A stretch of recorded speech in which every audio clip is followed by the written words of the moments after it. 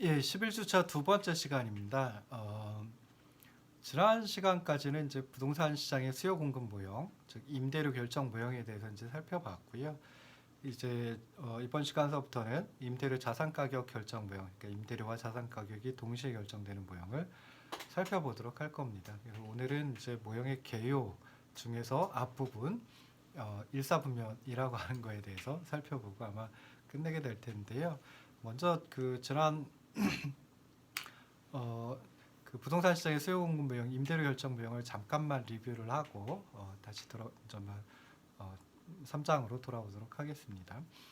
제일 먼저 살펴봤던 건 이제 토지 서비스 시장의 수요 공급 모형에 대해서 살펴봤습니다. 그래서 토지 서비스의 수요 곡선을 도출을 먼저 해봤는데요.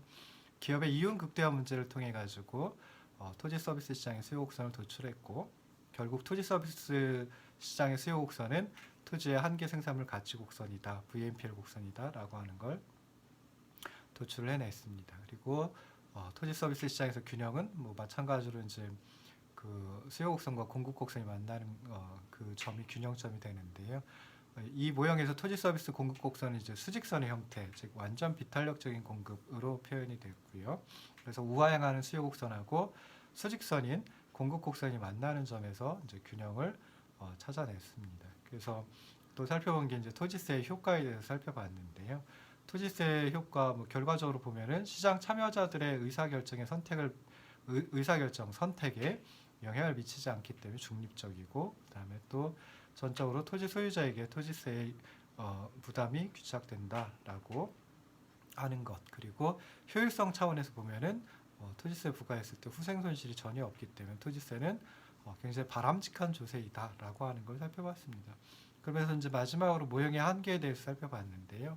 현실에 대해서 너무 과도하게 그 단순화시켰다. 즉 다시 말해서 공급 곡선이 공급이 완전 비탄력적이다라고 하는 것은 이건 좀 현실에서는 받아들이기 어려운 가정이다라고 하는 걸 지적을 했었습니다. 그래서 이제 조금 그 토지의 용도가 다를 수 있다는 점을 강조한 새로운 모형, 즉 두 가지 용도가 경쟁하는 토지시장 모형을 살펴봤고요. 토지의 용도가 이제 농업용, 주거용 두 가지일 때 어떻게 되느냐.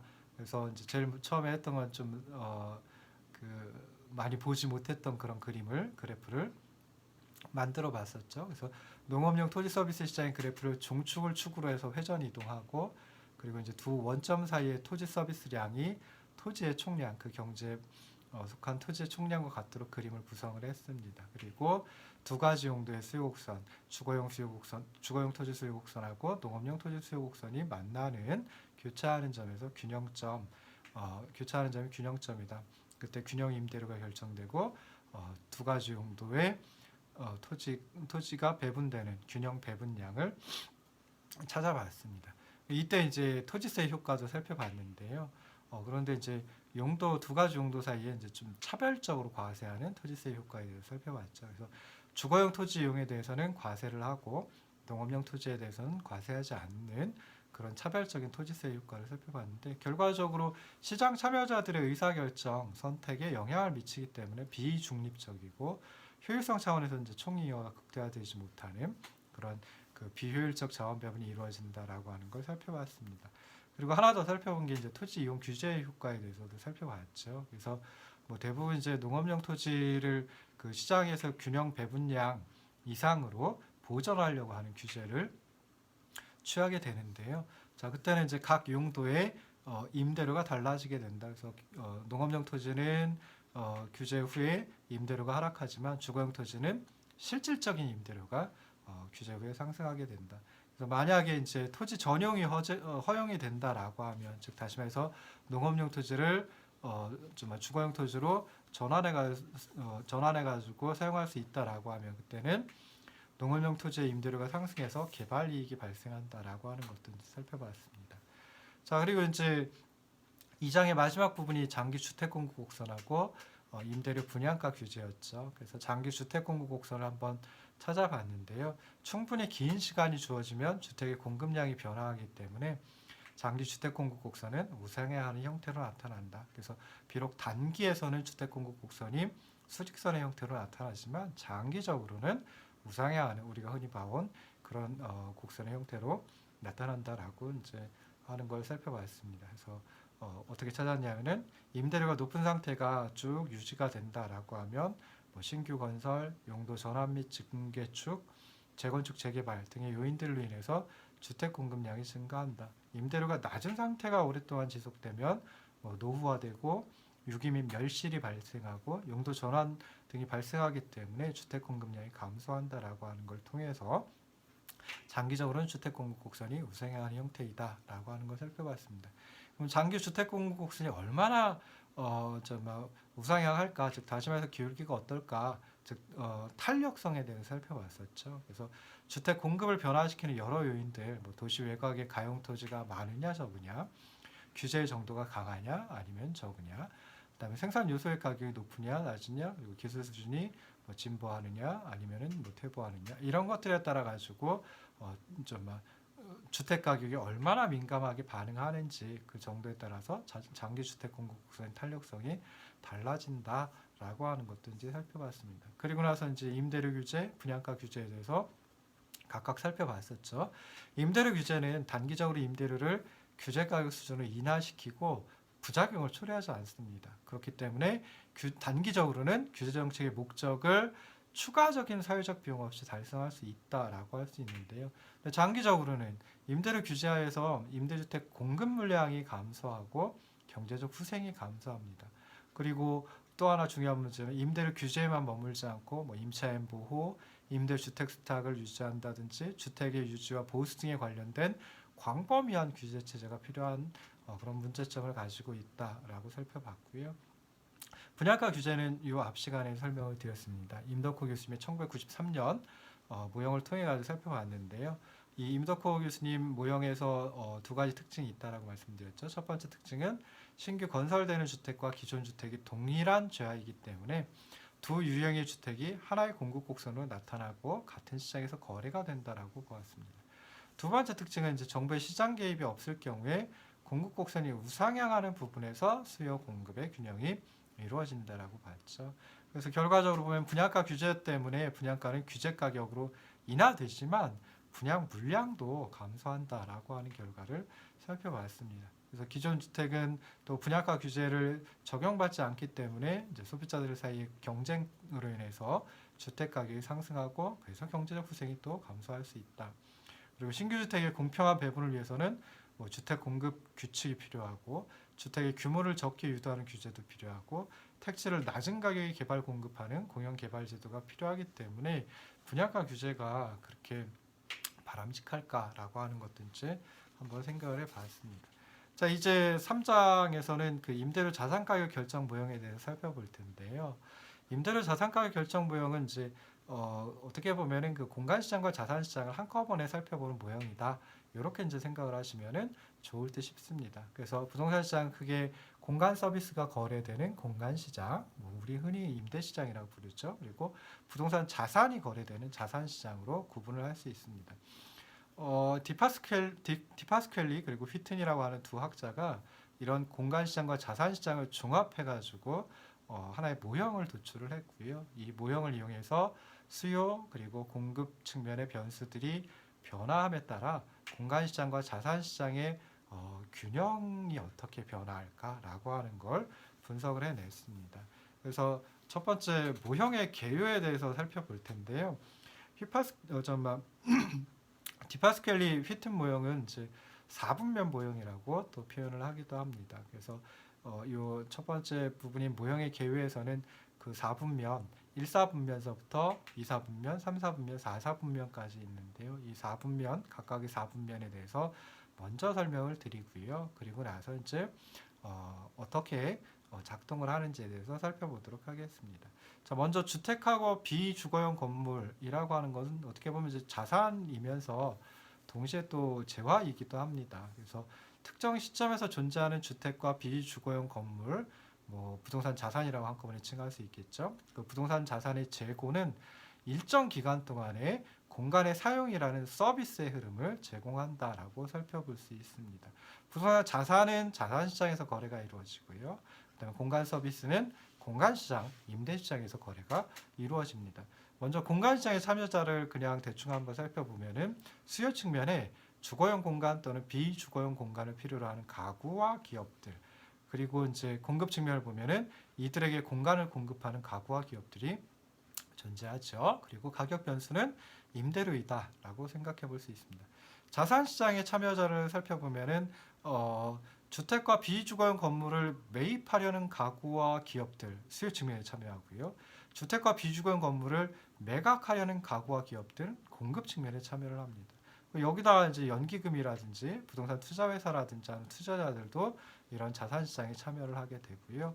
자산 시장의 가격 변수는 자산 가격이다라고 생각을 해볼 수 있습니다. 우리가 좀 전에 제가 그 주택과 이제 비주거용 건물 이렇게 이제 말씀을 드렸는데 주택 같은 경우에는 그 공간 시장과 자산 시장의 구분이 좀 명확하지 않습니다. 그래서 뭐 예를 들어 가지고 자가 보유 주택 같은 경우에는 자기가 소유하면서 거기에 또 이제 거주를 하고 있죠. 그렇기 때문에 좀 명확히 구분이 되질 않습니다. 그래서 이 디파스켈리 휘튼 모형은 주로 이제 업무용 부동산 시장, 우리가 흔히 이제 오피스 시장이라고 부르거든요. 그러니까 사무용 그 사무를 볼 때 업무를 볼 때 이제 정말 사무실이 필요하죠. 그래서 그 사무실 가지고 이제 한번 생각을 해보도록 하겠습니다. 그래서 디파스켈리 휘튼 모형 1996년에 나온 모형인데요. 꽤 오래됐죠. 근데 공간 시장과 자산 시장을 한꺼번에 분석을 해줄 수 있는 모형이기 때문에 굉장히 중요한 모형입니다. 그래서 약칭 DW 모형이라고 이제 표현을 하기도 하는데요. 이 디파스켈리 휘튼 모형은 부동산 자산 시장과 공간 시장을 연계해서 전체 부동산 시장의 작동을 설명을 합니다. 그래서 이 모형에는 이제 내생 변수라고 하는 게 크게 네 가지가 있는데요. 임대료, 공간 시장의 가격이죠. 그리고 자산 가격, 신규 건설, 공간 재고, 이 네 가지가 이제 내생 변수가 됩니다. 어떤 모형의 변수들은 뭐 여러 가지로 구분을 해볼 수 있는데요.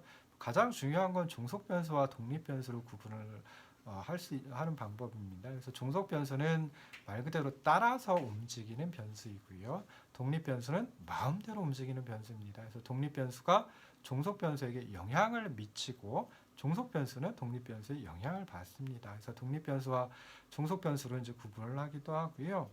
그 다음에 좀 전에 말씀드렸던 내생 변수와 외생 변수로 구분을 하기도 합니다. 그래서 내생 변수는 그 모형 안에서 결정이 되는 변수이고요.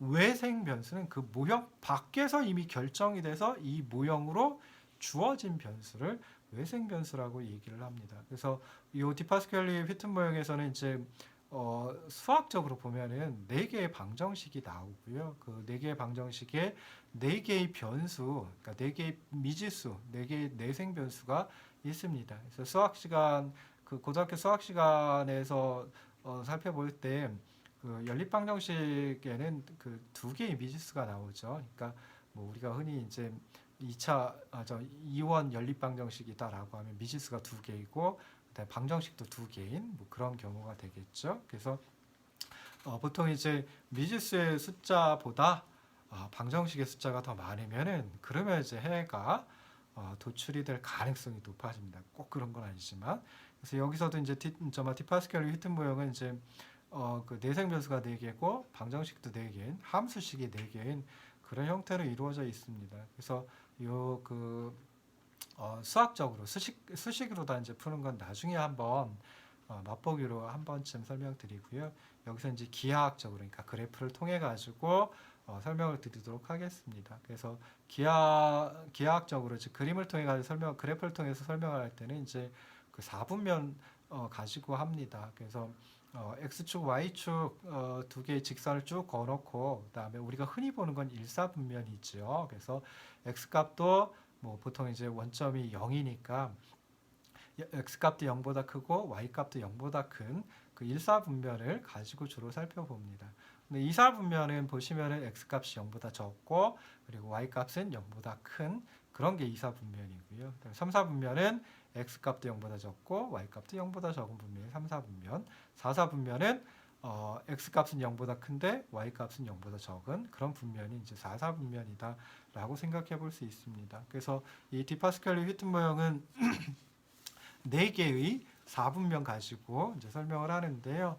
각각 이제 그 1사분면, 2사분면, 3사분면, 4사분면이 나타내 주는 게 좀씩 이제 다릅니다. 그래서 사실은 이제 1사분면, 2사분면, 3사분면, 4사분면에 있는 그림을 하나하나씩 따로 그리고요. 그리고 나서 그것을 이제 조금씩 회전시켜 가지고 2사분면에 놓기도 하고 3사분면에 놓기도 하고 4사분면에 놓기도 하고 하는 이런 형태로 이제 이루어집니다. 그래서 그냥 처음에 들으실 때는 1사분면의 그림 그리는 거 가지고 설명을 들으시고요. 그 다음에 그걸 갖다가 뭐 Y축을 기준으로 해가지고 원점을 기준으로 해가지고 뭐 왼쪽으로 90도 회전시킨다든지 왼쪽으로 180도 회전시킨다든지 또는 뭐 왼쪽으로 270도 회전시킨다든지 뭐 거꾸로도 이제 생각해 볼 수 있죠. 그래서 그렇게 이제 살펴봅니다. 1사분면은 부동산 시장, 부동산 공간 시장의 균형을 나타내 주고요. 횡축의 공간 재고를 두고 종축의 임대료 두고 이제 둘 사이의 관계, 그러니까 공간 재고와 임대료 사이의 관계를 나타내 주는 게 1사분면입니다. 2사분면은 이제 부동산 자산 시장의 균형을 나타내 주는 4분면인데요. 부동산 공간 시장, 아까 1사분면에서 살펴보는 게 이제 부동산 공간 시장의 균형인데요. 그 균형에서 결정된 임대료로부터 자산 가격이 결정되는 그런 그 4분면이 2사분면입니다. 3사분면에서는 그 자산 시장의 신규 공급을, 즉 신축을 통한 건물의 신규 공급을 갖다 이제 살펴봅니다. 그래서 2사분면에서 자산 가격이 주어지면은 한계 비용하고 자산 가격이 같아지도록 신규 공급량을 그 건설업체들이 건설 시장에서 결정을 하거든요. 그래서 신규 공급량이 어떻게 결정되는지를 보여주고요.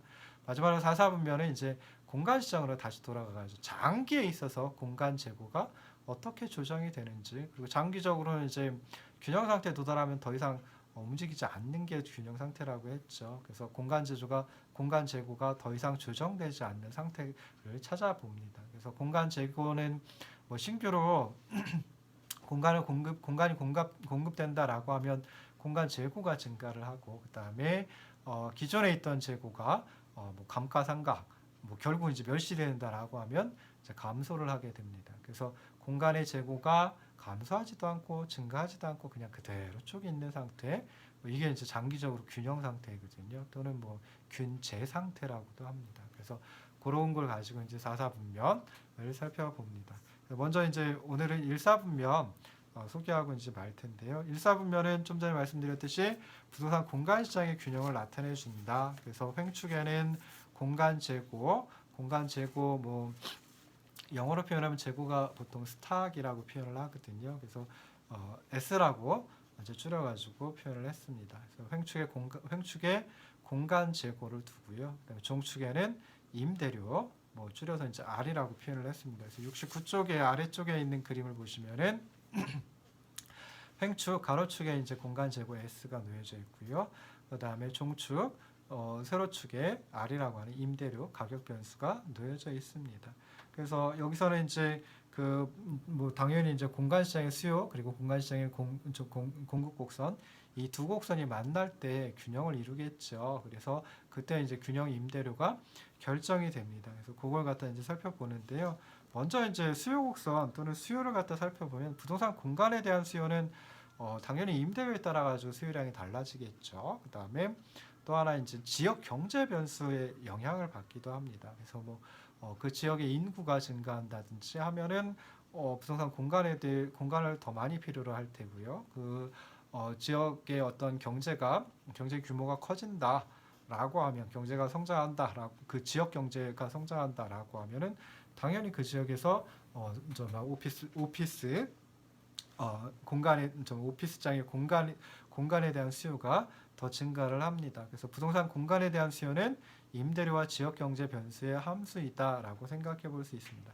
함수라는 표현이 나오면 굉장히 어렵게들 생각을 하는데요. 그냥 간단하게 뭐는 뭐에 따라서 움직인다라고 했을 때, 뭐 예를 들어 A는 B에 따라서 움직인다.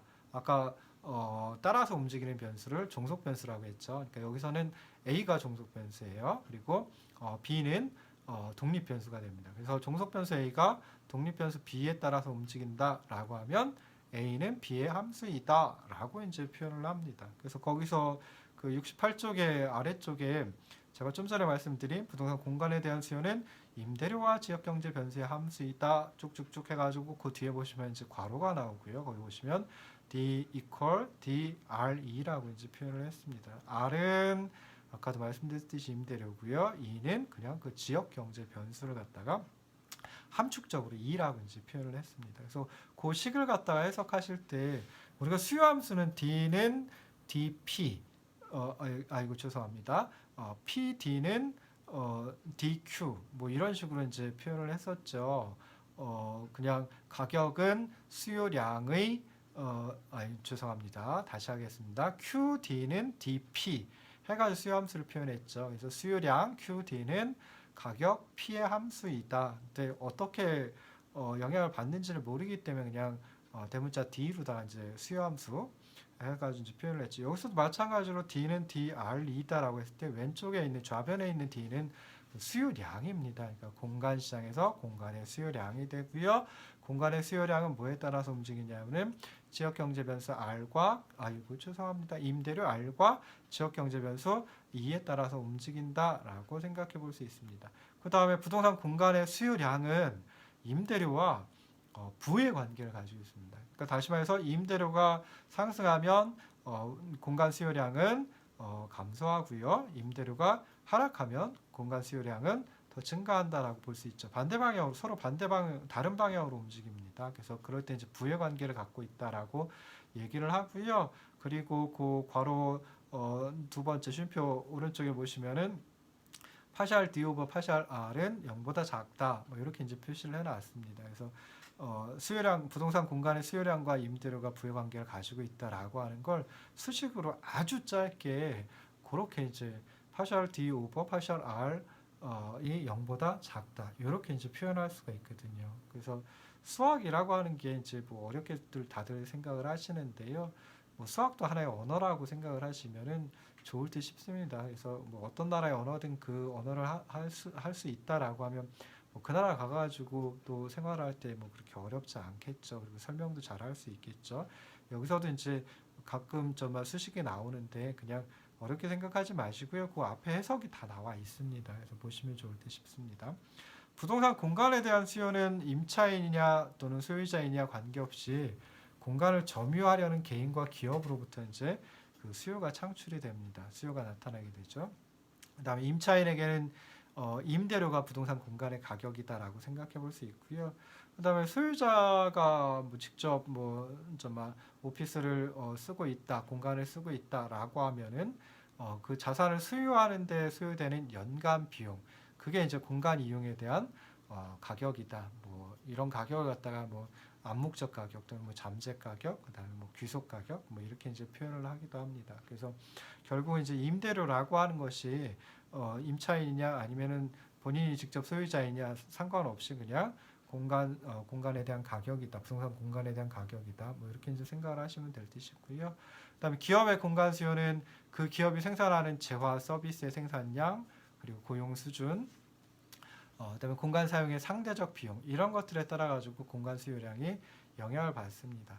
그리고 가계의 공간 수요는 소득, 가구 수 그리고 공간 사용에 대한 상대적 비용 뭐 이런 것들에 따라서 이제 결정이 된다라고 생각을 해볼 수 있죠. 그래서 만약에 공간 이용자가 임대료 수준에 상관없이 거의 동일한 양의 공간을 이용하고자 한다라고 하면 즉 다시 말해서 임대료라고 하는 가격이 암만 변화해봤자 나는 뭐 비슷한 수준의 공간 정말 임대해가지고 임대해가지고 사용을 해야 돼, 이용을 해야 돼라고 하면 그때는 이제 공간 수요가 비탄력적이다라고 생각을 해볼 수 있습니다.